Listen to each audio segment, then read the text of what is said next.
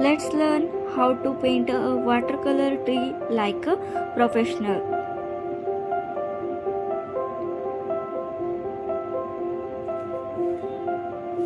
Start with the sketch. Do not go into too much details in this.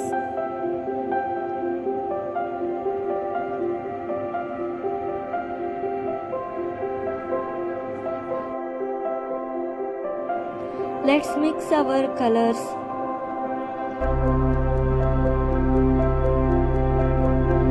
I'm using yellow and sap green for my lighter shade.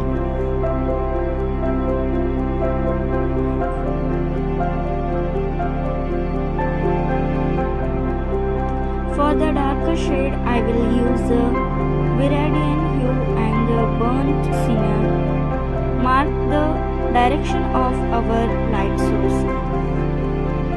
Load the brush with light green and start painting using the brush strokes shown here.